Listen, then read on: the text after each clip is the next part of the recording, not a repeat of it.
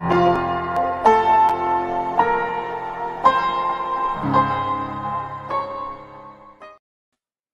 there. It is Saturday night. It is. It is. Sorry, I didn't mean to look like a deer in headlights there, but I was kind of like, is it Saturday night really or is it Friday? No, it is Saturday night. It is November the 19th, 2022. You found the Deerwood Realty live stream. What's the Deerwood Realty live stream? The Deerwood Realty live stream is me, John Schenk, founder and managing broker of Deerwood Realty in St. Louis, Missouri. Small residential brokerage. How small? Well, it's just me. It's just me. And what I do is I help buyers buy homes and sellers sell theirs. That's the goal. At night we do a live stream. We talk about real estate trends, kind of how things are looking in the real estate market. We try to go for a national perspective because things are different here in St. Louis than they are in other places. That's why I do a national one. I do talk about St. Louis. If you are interested in the St. Louis market and you're in St. Louis, want to buy a house, obviously you should call me. Wouldn't be the worst thing in the world. Think about it. Big night tonight. Got a lot of stuff to talk about. We're going to talk about something pretty cool with Twitter. Not the normal Twitter stuff. Not the Twitter's going to explode or something tomorrow. No, something a little different. I bought a lot of candy this afternoon. I've been eating it. I'm going to continue to eat it tonight. The thing that's most fascinating to me right now is the big chewy nerds that I bought. I'm going to put that up to the screen. Fantastic. I got this at the dollar store. And it says there are 4 flavors. Grape, lemon, strawberry, orange. I saw no strawberry flavor in my batch. And so I think that the reason why they were at the dollar store is because they forgot to put the strawberry ones in. Unless that's been your experience elsewise. I've got Fun Dip. I bought Fun Dip. You know what this is? Fun Dip. Let me see if I can get to focus. I can because it's in front, right? There we go. Look at that. Bam. Fun Dip. And then I've got a Nestle Crunch Bar. I don't want to put it in front of my hair. There. Watch it go. I've got it on slow. So I'm sorry. Are we not doing it now? Oh, you got to do it in front of your face. I'm sorry. That's part of the way the camera works. I don't think I'll eat the Crunch Bar tonight. And I don't know. Maybe I will. It just depends on how things going. How are you tonight? You ready to talk about some real estate? I'm not. I've got other stuff I want to talk about. And then we'll get to the real estate. I'd like to get started with a small story. And that is one of, I went somewhere tonight and I went to a holiday tree lighting festival. And you say, John, why would you ever go to such a thing? Well, my wife wanted to go. My wife wanted to go and she wanted me to go. And I knew this. And she also knows that I don't like those things. I don't want to be in a crowd of people in the cold. But I also want my wife to, you know, if she wants something and I can provide it and it doesn't cost me a whole lot of money, maybe cost me some time, I'm going to do it. And so we did. We went. It was kind of a date. We went to the event. It was in Kimswick. That's a little bit down south. I mean, like maybe 25 minutes from St. Louis, the suburbs. Had a great time. Tree was a little lackluster. I'm not going to lie. It was very, very cold. When we got done, of course, I bought her hot chocolate because she wanted it. And then we went to eat pizza, which I like. So I feel like I got a free meal out of the deal, even though I paid for it. But anyway, and I tried something interesting at this. Wife wanted to go to the dollar store afterwards, and you know, who am I to say no to the dollar store? So we went, and that's where I got all the candy. And the reason I have so much candy is I like when I go shopping, I don't even call it shopping. I go buying. Like I'm going to the store for a reason, like, and I'm going to buy it and I'm going to leave. I'm not interested in going up and down each aisle. I don't care what's in each aisle. That's not why I'm there. I have a purpose. I've got a list. Wife does not work that way. Wife never goes to the store to buy. Wife goes to shop. What's the difference? Well, that means you go up and down every aisle. You look at all sorts of things. There maybe some things that you're thinking about getting, but you don't know if you're going to actually get them until you get to the store and take a good look. Maybe spend 5-10 minutes just staring at the item as if it might move or something. So I didn't see that coming. Wife said, "Are you going in the store with me?" Yes, because it's cold outside. Go inside, and all of a sudden we're looking at like Christmas decorations, leftover Thanksgiving decorations. I say leftover because the trend is it's almost already over in the stores.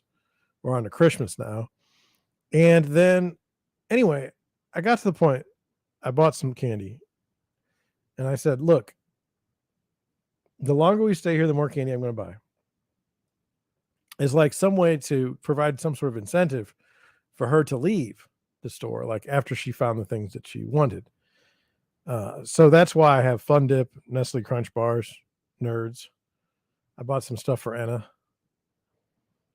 It didn't work, really. I just got a bunch of candy, which I'm okay with. When I was a kid, I was not able to buy candy when we went out. Also not able to buy soda. Always the answer was, well, we have that at home. You don't need to buy it here. Now, I don't know if that's what's causing me to hate shopping now, but I just don't like it. And I just feel like there's always something else I could be doing better than walking around aimlessly at a store, like anything. But anyway, I'm home now. I got a chance to look at some articles and stuff. I don't think I'm going to have a great amount of articles tonight. I think we might even cut it short. I just wanted to get out and say hello to my peeps on the YouTube, because you may be worried about me. You shouldn't be, but you might be. I wanted to spend a good portion. Oh my gosh. A good portion of the introduction on a story. It's not retold with permission because I'm the one making the story. So I don't really need anyone's permission. But I want to talk about the way in which buyer's agents go out of their way for buyers. So I may have had a listing recently, okay? And it was a pretty good listing. By pretty good, I mean it was a listing that should have sold. Like everything in the place was perfect, okay? And I got an offer, and then I said, okay, worked with the sellers. I was like, this isn't the right offer. So then the first 3 people that walked in the listing wanted to write offers. And so I told them, I was like, we're probably going to make a decision soon. The one buyer's agent, she knew her buyer was interested in the home. And so she was in contact with me immediately, and she said some stuff that was very, very nice. And then she said, I am going to go to this place. I am going to bring old paper with me, old pen and paper, and we're going to write this out by hand, and I'm going to send it to you as soon as I get it done. And I must have been tied up in that deal for like 3 hours. So I know she was tied up in the deal for at least that much. And unfortunately, she didn't get the property. And I'll tell you something, it hurt me because I don't know about you, but there's this fairness principle in my head. And that is something along the lines is if you work hard, if you make an effort, you will be rewarded. Conversely, if you don't give your best, if you don't make an effort, you're never going to be rewarded. But in this case, the reward, cosmic justice was she got the offer accepted because she'd worked so hard. And it's disturbing to me. A lot of times, and we'll go through some tweets and stuff tonight. A lot of times you'll get people seem to think that real estate agents are subhuman. We're not, we're not worthy of, I don't know, we're not worthy of being human. We're somehow horrible people, always chasing that dollar bill. And it's like, it gets old as a real estate agent. A lot of times when people say stuff like they would never make it as a real estate agent, I was talking to a lawyer, and she was going through the house buying and selling process, and she flat out said, "This job is way, way, way too stressful for me. I would never be able to do it." She went to one of the top law schools in the country. Now, was she being facetious? No, I don't think so. It is very, very stressful. There's all sorts of different ways that stress creeps into your business.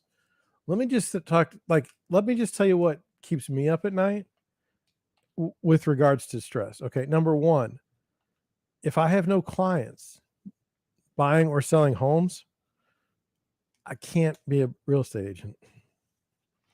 Okay. So that's number one. Number two, that's stressful, by the way. Like, I can tell you when the last time I talked to someone interested in buying or selling a home was. It's been a while. That does cause stress. Another thing that causes stress is, let's say you, like, I'd say I was reading the stats yesterday to you guys. Like, it was something like 63% or more of people use a real estate agent from a referral from one of their friends. And so the stress comes, what if one of your friends refers me and I do a poor job, or something goes poorly on that particular deal? Now my friend might be mad at me. My friend definitely isn't going to recommend me to someone else. And then the person that they recommended me to originally is miserable. So they're never going to say anything good about me either. So anytime you screw up a referral, you lose twice. That's stressful. My office, we pay 100% on commission. So if you aren't selling a home or buying a home, you're literally not making a dollar. Like, you may have bills come in, but you have no money coming in. That's very stressful.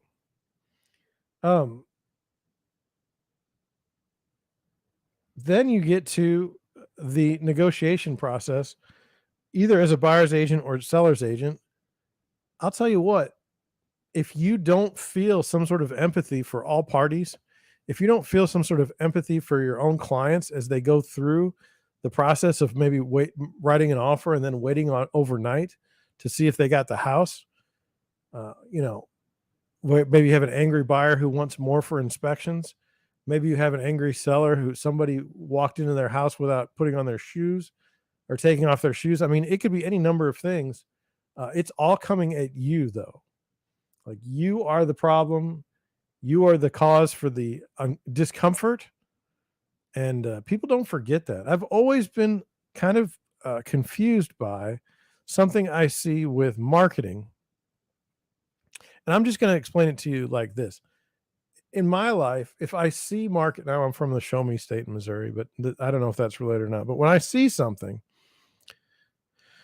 if you are marketing to me via a lie, then I don't think you're a very good person to deal with, because you're not being upfront with me. And so, for example, when some agent writes that you'll have a trouble-free experience working with them through the purchase or sale of a house, I'm a little suspect by that, given that when I'm working as an agent, there are certain agents that are just jerks that screw everything up. I can't guarantee I'm going to not have that jerk who listed a house that my buyers are interested in buying from. So you've got that issue. It's it's tough. It's tough. I don't know what else I would do. I'm so used to this world, to the way things go here. I don't think I could do anything else, and I don't think I would do anything else. Now, that's just the way it is for me. Um, I don't know. I just wanted to put that out there. Like I said, we're going to have some people write some mean things about real estate agents tonight, and I get it. I know what the perception is, and I can see where that comes in, but it's not everyone. And so what I was talking about earlier with the marketing, where your perception, or where someone introduces themselves to you in the marketing, and it's a lie, certainly to guarantee that all of your properties are going to go, or all of your clients are going to be happy with you for buying and selling homes. When something goes wrong, that's not likely. They're not going to be happy, and they're going to blame you.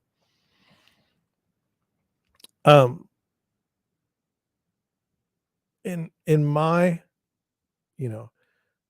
in my office, I'll get a call from time to time from someone, and they'll say, yeah, John, we talked, a year ago about you changing your phone service, and I just wanted to catch back up with you and see if you'd finally make the decision to switch phone services. Now, I know darn well that I did not discuss phone services with someone. I definitely didn't say I wanted them to call me back ever again. So, to me, that's starting a relationship on a lie. Now you say, well, it's not that big of a lie. Yeah, but if you can't even come at me honestly to start, what's going to happen in the future? I mean, you're going to lie. And you say, well, it's not like everybody lies. It's no big deal. I'm not that way.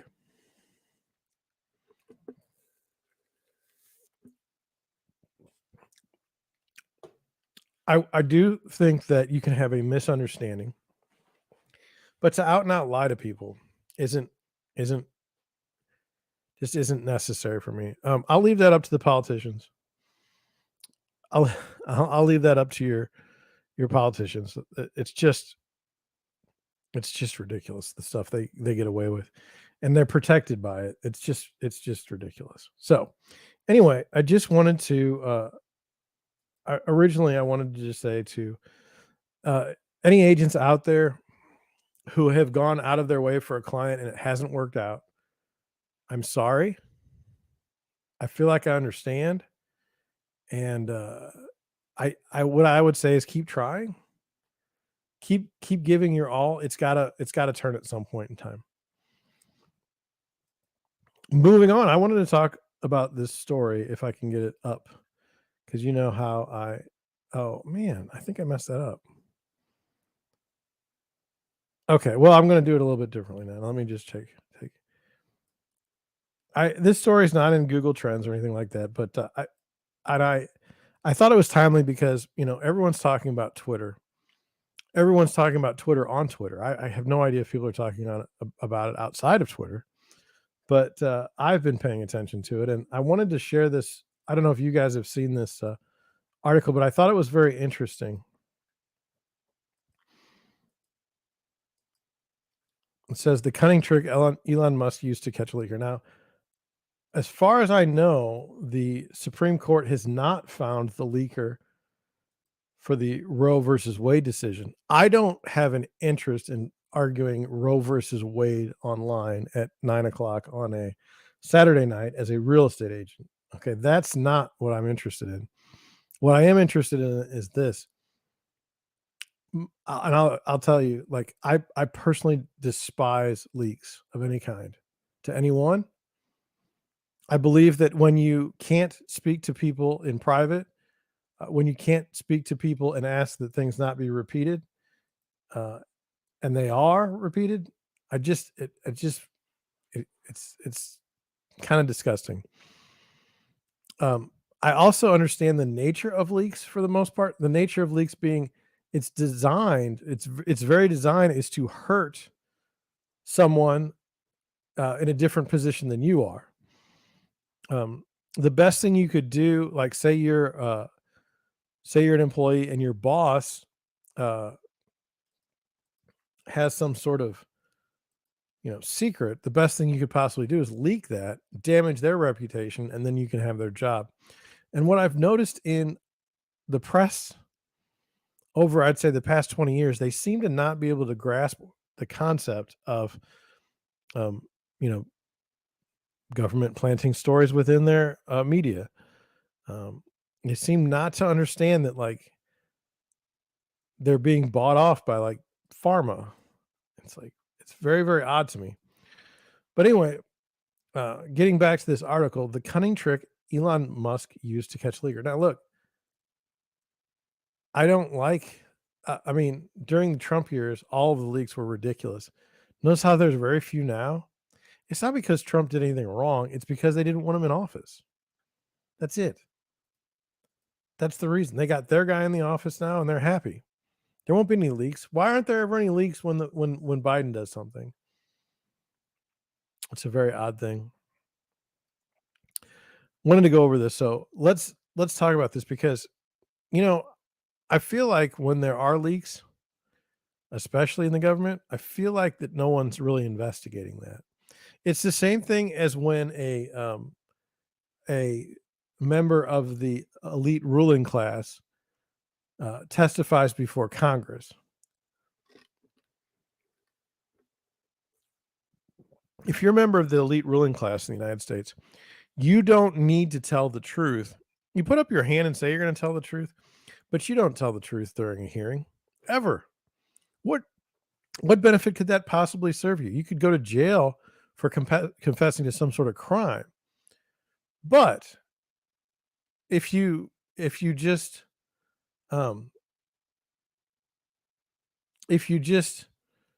tell people exactly what you did, and you're on the right team, nothing's going to happen to you.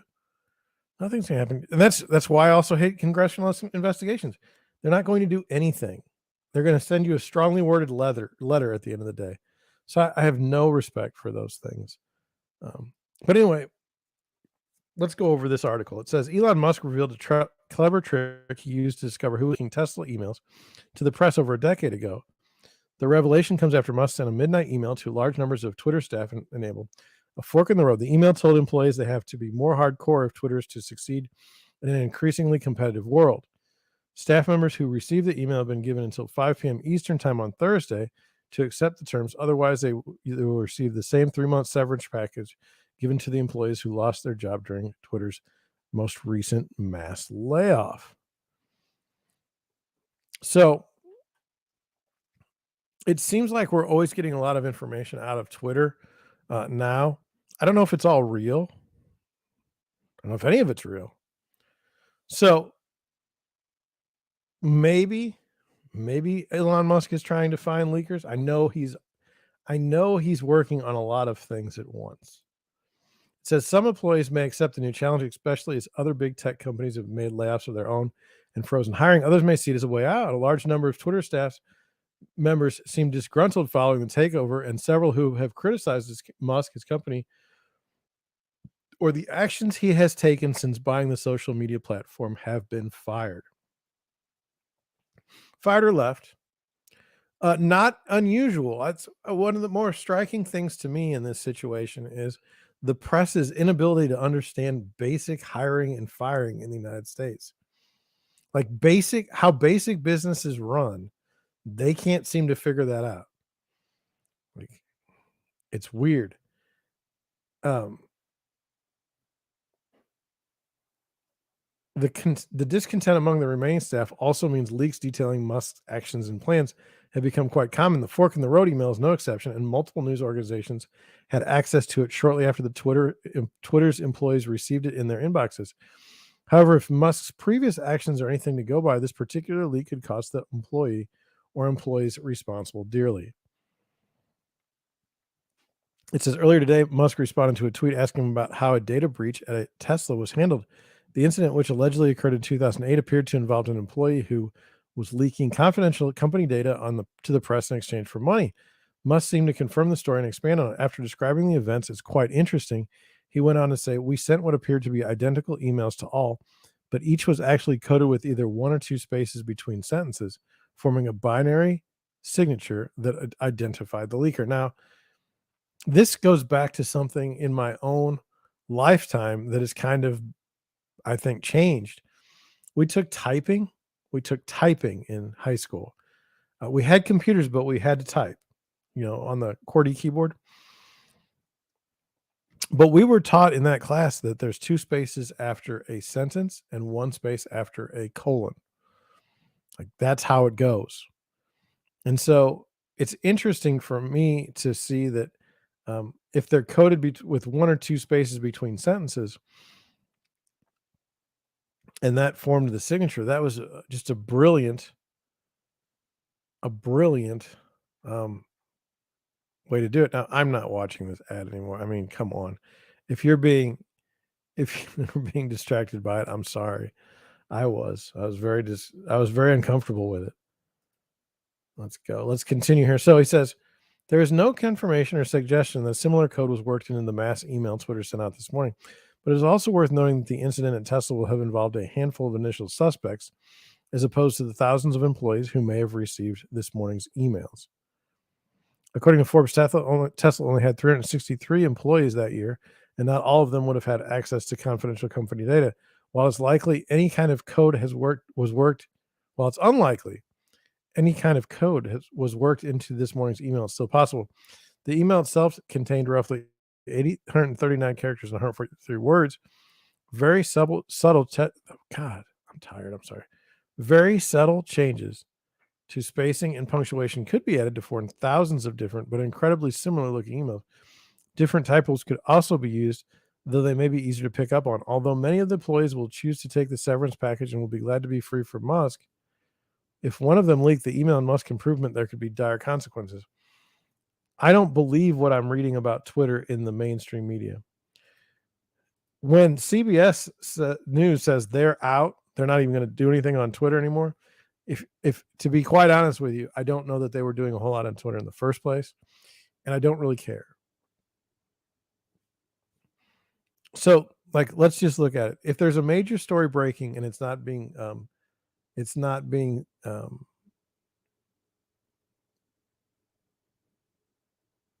throttled, it's not being throttled. There's going to be 1,000 news sites that are going to carry that same article, the same version of it, same version of the news.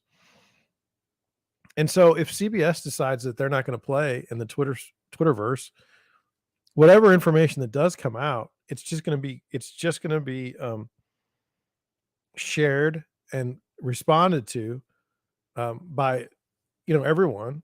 It's just not going to be CBS News. To me, I don't know. There's been discussion that there are companies that have huge follower counts but no interaction, and that seems kind of odd. It says employees at Twitter could have a reason to be worried. If an employee intends to leave anyway, Musk's disciplinary options short of a lawsuit are limited. Internal emails are often considered confidential, and many companies have a footnote confirming as much added to their internal emails as standard. So even if you're asking a colleague about lunch options, the email itself may have words similar to it following it in it somewhere. This email and any files transmitted with it are the property of the company, are confidential and intended solely for the use of the individual or entity to whom this email is addressed or as indicated in the applicable file. Then someone from maybe from Twitter or something, it says, beware of reproducing possible typos or pasting directly the text, which may include repeated characters. He used that before to identify leakers at Tesla. But I mean, even that 5.7 thousand views, which isn't that much, and 34 replies. I mean, it's not like the news is getting out there to me. It says leaking confidential company documents is ground for dismissal. Duh. And firing the employees responsible for the cause would be very straightforward. Musk has also fired Twitter employees on far shakier ground since taking charge of the company, and terminated others for disparaging him or his new business. Some Twitter users have picked up on the risk of Musk identifying the employee who leaked the email. Look, this Twitter takeover by Musk is probably one of the most fascinating business moves that you're ever going to see. I think it will be talked about in the business schools. I think it will be. I think it should be. Um, I mean, every day we're hearing about how Twitter's going to go under and not work. And then at the same time, it seems to still be going on. And it seems to be that Musk is kind of turning that ship to where he wants it. To me, Twitter was really being run in the ground. And the reason why I think it was being run into the ground is because um, they weren't YouTube, they weren't Facebook, they weren't Instagram. And I mean, they had a valuation low enough for a billionaire to buy them and turn them private. It's just wild. It says, replying to a tweet by Georgely Oros, one of the writers who initially brought the email to public attention, Nico H. highlighted the importance of correcting typos and not copying the text directly when describing leaks.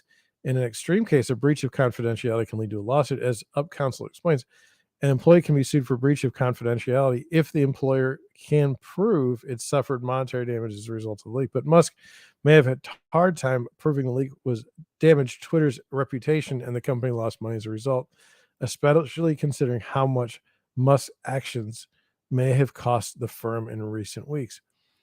I just don't know what to think about this. Here's what I'm doing, and here's my thoughts in the back of my head, okay, on Twitter.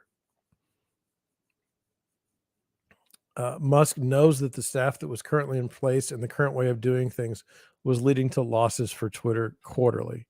So if anything, he's buying the place and going, this ain't going to work this way. We have to figure out a way for it to work. And so to me, cutting costs, I mean, your most important costs or your most expensive things are your human capital, your employees.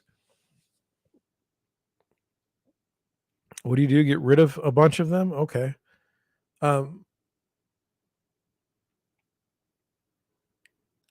How do you get a return on your investment as a business owner is very important. So like for me, if I take in $1, where does that dollar go? If 20% goes to administration and 20% goes to my own income, 20% goes somewhere. I mean, like how much of my income is being spent? You can kind of look at that the same way as Twitter. How many of these people are just taking money and their jobs aren't really doing a whole lot in the organization? It's just a question I have. So it says may have cost the firm, but could it possibly help the firm? Twitter wasn't going to continue down its path very well if Musk could have bought them. I just don't understand. We'll move on. I thought this was interesting. This was part of the Google trends. It's here are things World Cup fans are restricted from doing in Qatar. Now, can we just start off with a general thing?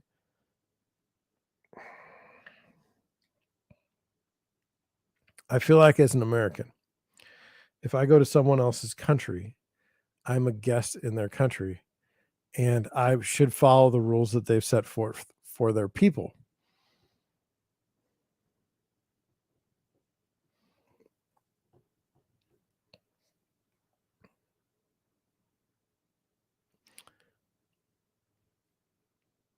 This is a hardwired tenet in my life that I would do that. I just can't imagine going to a different country and then intentionally flouting their rules. I look at it like I was in Bosnia Croatia, Slovenia. I felt like I had to live according to the rules those countries had in place for their citizens. I was not in America anymore, and I knew it. So this story from I'm going to go with Qatar because that's the way it sounded back in the day, and then we'll go from there.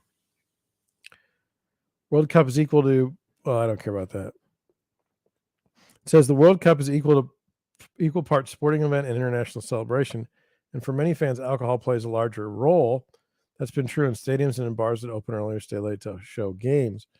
But the 2022 World Cup in Qatar is unlike any before. Just 2 weeks before the tournament's first match in the Muslim nation, officials made the surprise announcement. I don't know that it was a surprise that fans won't be allowed to drink beer at the country's 8th World Cup stadiums, a reversal of a previously announced policy. I always thought it's going to be a little dicey. No alcohol sales. I mean, why would you go to a Muslim nation and be surprised that there's no alcohol sales? It says it's one of the many potential. It's one of the many cultural classes and potential legal issues that fans might encounter in Qatar, particularly if they're traveling from more open societies. Here's a quick hi.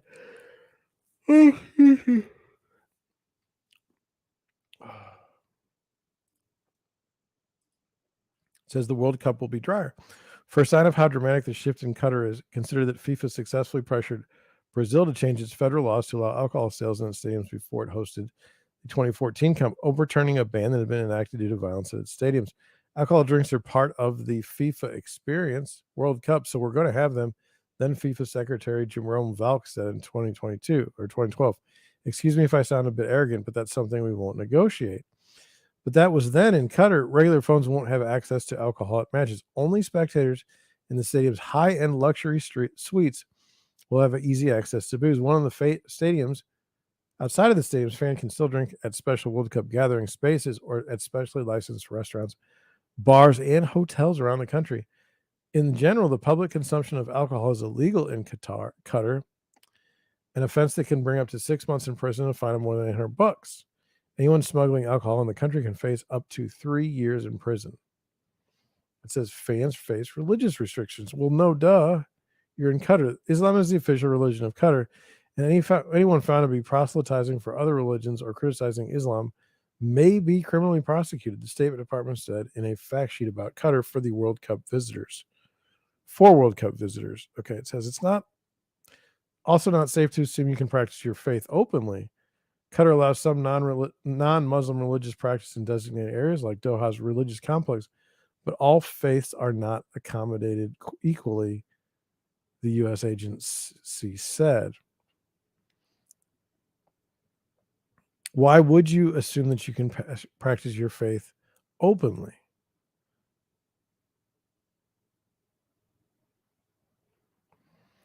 In addition to import restrictions on alcohol and pornography, travelers cannot bring pork products into the country. The statement said in a video about Qatar's laws, or Qatar.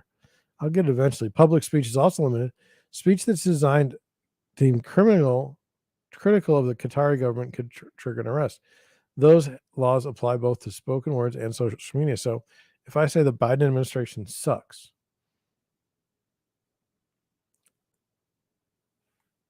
that would be critical of the government.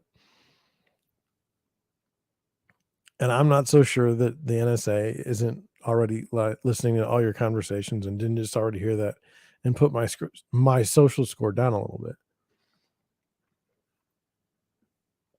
And while past World Cups have brought a heaping of argy-bargy, seems of rival crowds yelling or even singing obscenities at one another, open conflicts can bring big problems in Qatar. For example, arguing with or insulting players, insulting others in public could lead to arrests. The State Department advisory video stated sex and other societal issues. Homosexuality is criminalized in Qatar. Advocates say the LGBTQ people in Qatar are subjected to conversion therapy, harassment by authorities, and in prisons, as NPR's Bucky Sullivan says in a rundown of controversies surrounding the host country. Such reports have fueled outrage, and authorities will be under scrutiny for how they handle LGBTQ fans and symbols. How many of the, I mean, let's just assume there's like 10,000 Americans that are going to this thing. Of that 10,000, how many of them are going to identify as female or,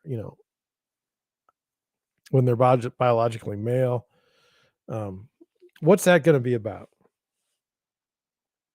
And then it says, visitors to Qatar can also face harsh punishments for indecent acts and the act of sexual intercourse outside of marriage.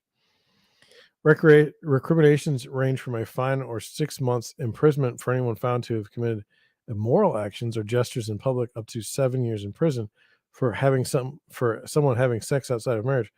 Public debauchery can also carry a sentence up to 3 years in prison.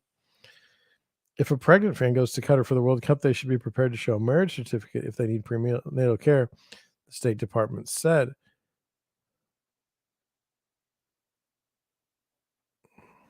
It says fans will need to cover up despite the heat. Qatar's oppressive heat forced the tourist tournament to move from the summer and to November and December. But fans who find it hot out there should limit how much the skin they show. Dress codes in many public areas require that both men and women cover their shoulders, necks, shoulders, chests, stomachs, and knees, and that tight leggings be covered by a long shirt or dress. As with alcohol, closing standards often shift according to the degree of a neighborhood or venue caters to foreigners. The big thing here is there's not going to be any beer sold. You have to bring it in, etc.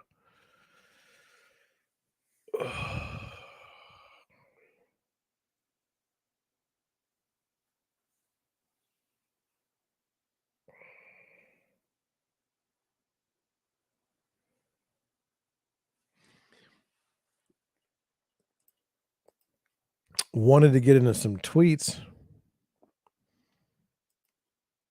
It says the most splendid, this is from Wolf Richter, the most splendid housing bubbles in Canada, November update, fastest 5-month plunge on record, down faster during the bust than up during the bubble, a special feature in some cities. Vague humor wafts around the charts. Isn't that something? Fastest 5-month, this is in Canada, 5-month plunge on record. Wow.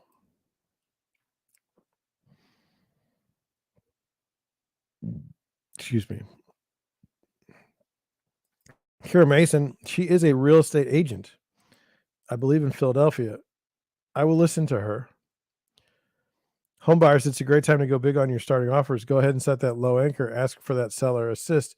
See if the seller will pay down your rate. Give the seller a chance to bump right up against their limits. Give them a reason to push back. Let it be said that this applies in my market, but it may not apply to yours. For homes on the market 30 plus days, effect intensifies. Defer to the advice of your agent. They specialize in your area. I do not. That's right. And this is not a criticism. She's so correct. I would not do that in St. Louis right now. If it's been on the market for more than 30 days, okay, maybe.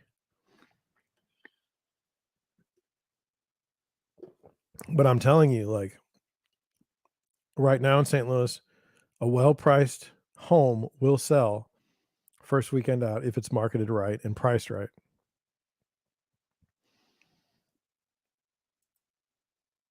I thought this was interesting, and this is where we got some discomfort today. It says 37% of real estate agents couldn't pay the rent in October, up from 27% in September per Bloomberg next week. Now, how do you determine how many real estate agents are renting? I mean, I can't imagine renting as a real estate agent. I mean, part of my job is helping people buy homes and sell theirs. I mean, it's a big part of my job. It's like the part of my job. So why would I be encouraging renting?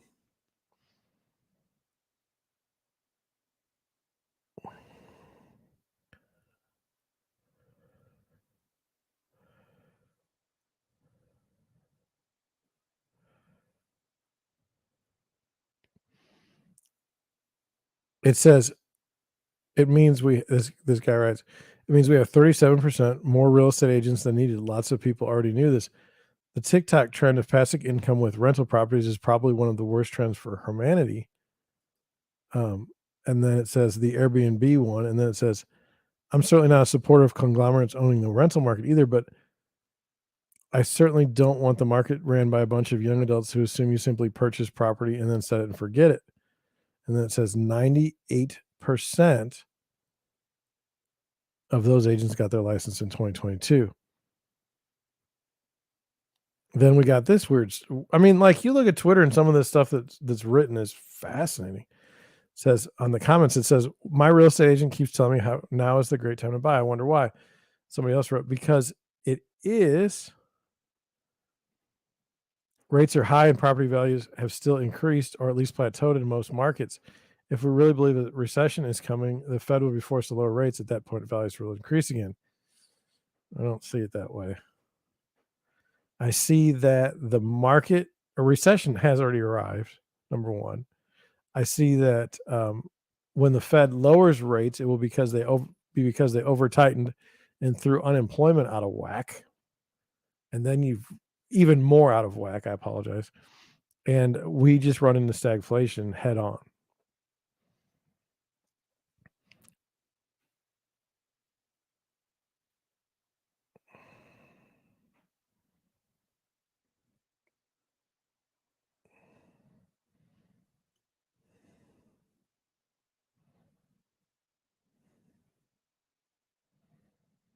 It says, if you're a real estate agent renting, I have questions. I kind of do too, but I get it. And then it says, in all fairness, 37% of real estate agents don't work in real estate full time. And then it says, you misread. 37% of real estate agents couldn't pay their office rent in October. Also, according to Bloomberg, 37% of small businesses didn't pay their office rent in October. I'm a bit suspicious of their surveying. I agree with that too. 37% of real estates couldn't pay their office rent. That wouldn't be a surprise. I would wonder if they could ever. I mean, I don't have an office because there are months when things don't go well, and I don't know that I'd be able to pay the rent. So that's why I don't have an office. It's just a bunch of overhead. And I don't feel I need it.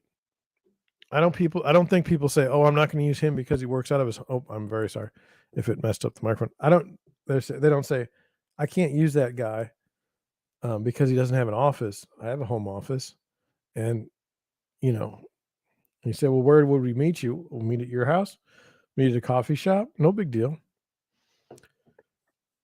I mean, as a one-man shop, there's no way I can justify the overhead of an office space, an office to rent. Just no way.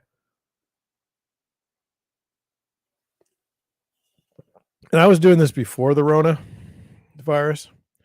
So, I mean,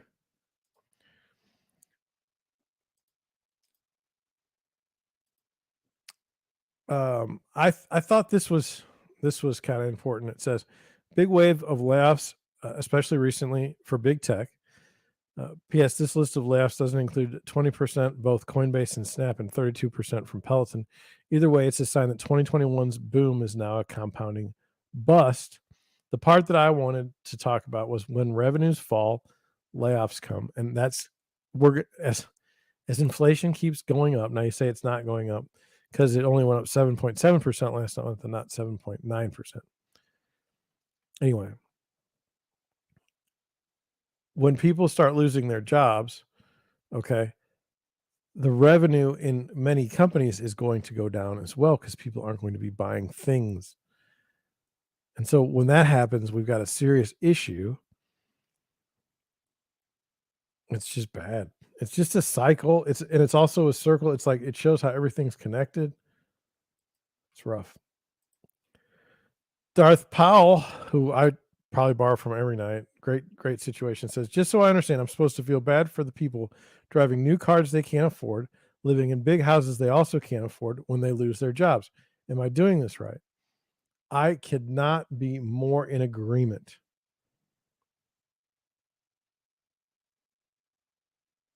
I know a family.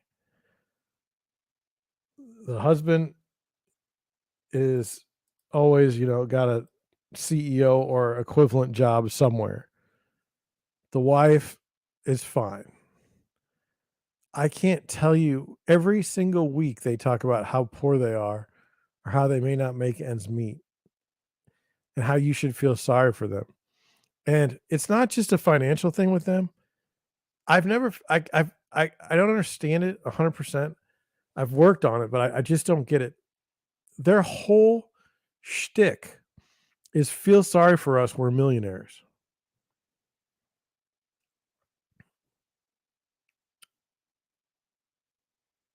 And I think that they run it that way so that no one calls them out on their wealth.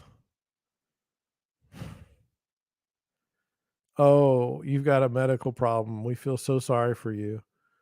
Oh, you're not going to be able to go to the ball this winter because you're going on vacation. Oh, we feel so sorry for you.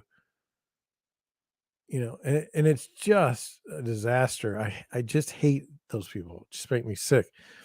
I don't come across them very often, and I can now. I mean, I can identify the behavior very well if I see more people like that. But the first group of people I met like that was very difficult for me to understand and put into my profile of how I look at people. Um,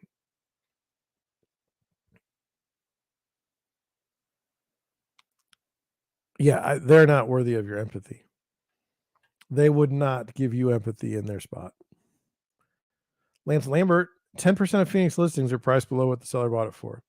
Why?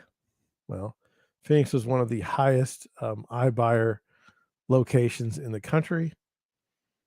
They caused a relative boom, and they will cause the relative bust. Let's move on. We're going to go to a real estate article now. Pretty exciting. We're only going to do one article. It's only going to be this one. I'm going to head on out after this. I don't know if you can tell, but I'm exhausted. I'm ready to fall asleep right now. Pizza did its job. This was from The Real Deal. I thought that was interesting. It says, no charges in the killing of landlord dressed as Michael Myers. Now, let me tell you something. I don't want to celebrate death. Okay. Fair. Hopefully that's fair enough. Number one. Number two, I'm always uncomfortable with landlord behavior and tenant behavior. When they act out, either one, it's off-putting for me. So it says a former tenant stabbed the landlord who allegedly broke into a Willamette, Oregon rental. It says a Portland, Oregon's man's real-life horror show ended this month when authorities cleared him in the fatal stabbing of his former landlord, who had snuck into a rental house while dressed as the silver screen slasher Michael Myers. It just doesn't make any sense. Now, first off,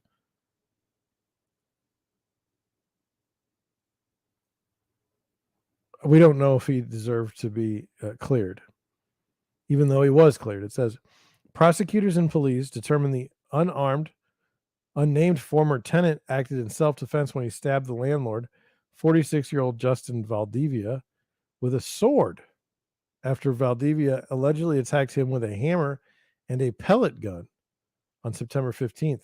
Doesn't make any sense. The story does not make any sense.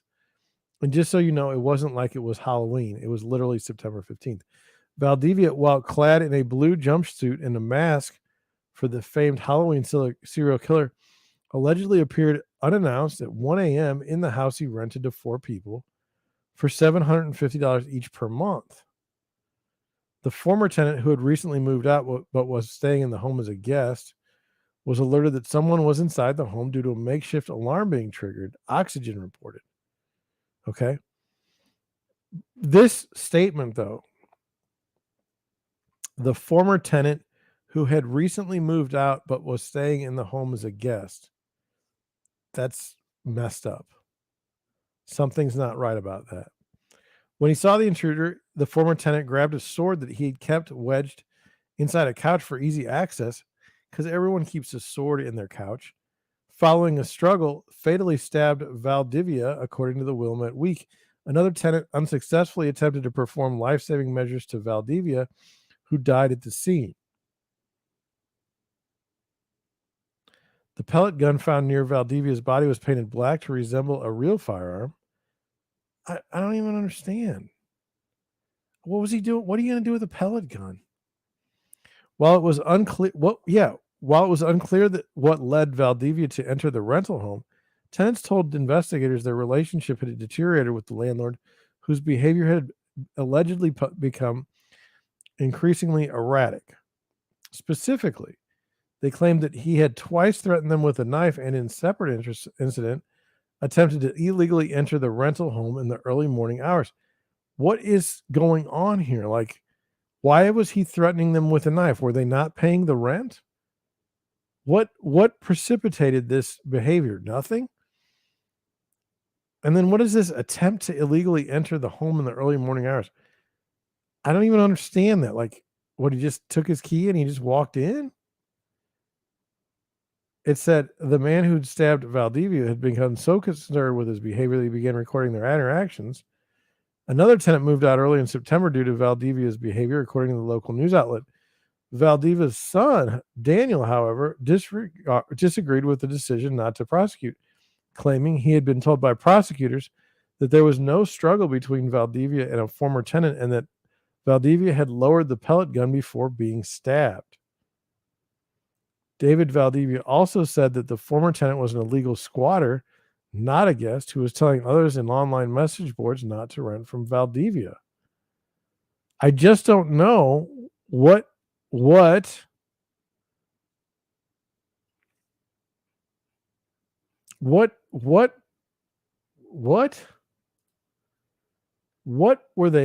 was the landlord trying to accomplish? Why does this tenant that no longer lives in the property but still stays there have a sword in the couch? What kind of home they pay $750 a month for? 4 of them. How is that? I don't understand. If you think that story's weird, put it in the chat, put it in the comment section. I just don't understand. I just don't understand. Like, why? I said I was going to eat candy and then I didn't because I was busy talking. I don't know if you can tell. I am beat.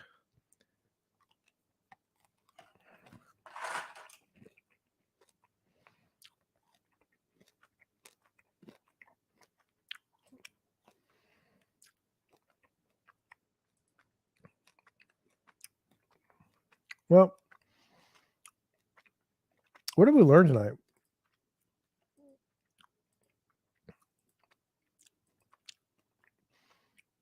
I am not understanding why the World Cup would be put in a country that has all these restrictions. And then rather than,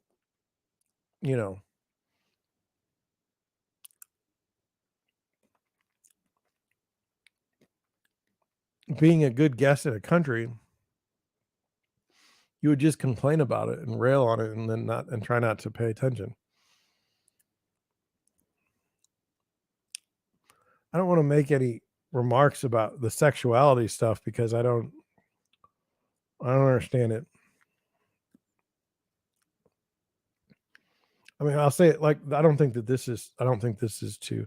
If you're gay and you go to an event at the World Cup, like nothing keeps you from like being gay. You're still gay, right? I hope that wasn't too offensive.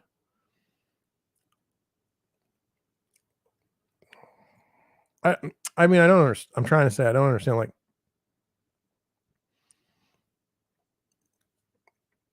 Like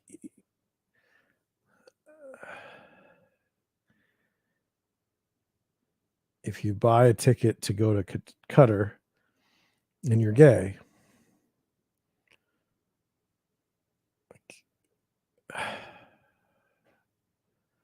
I don't get how you're like, I don't understand how you would change to not be gay just to go on the trip. It doesn't seem like that's possible.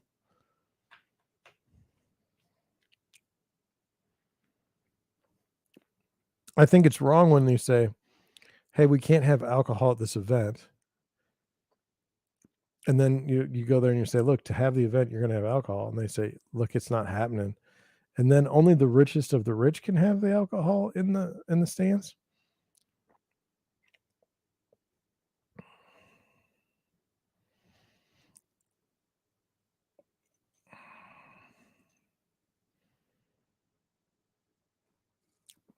Why are they in Qatar in the first place?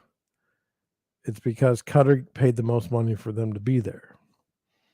They took the money and then they're shocked that Qatar has these standards.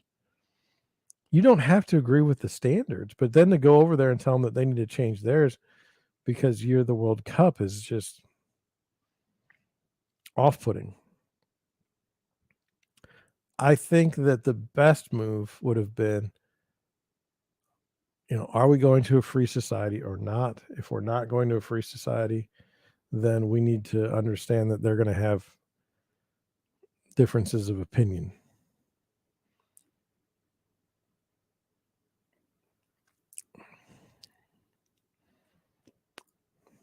I don't know. That was a tough article. The article about landlords. Okay. I mean, we can fight about anything. But I just feel very, very uncomfortable with landlords, being slumlords or taking into their own hands this idea. Well, they're going to maybe, I don't know, wearing a Jason mask and going with a pellet gun and I believe a knife at 1:00 in the morning. Not great. Stabbing your landlord, former landlord, not great. So that's that. Other than that, I'm out of ideas. You can tell I'm fading. I've had a rough couple days as far as just getting stuff done. I'm gonna head out. Thank you for watching. Thank you for listening. And I'll catch you on the next one.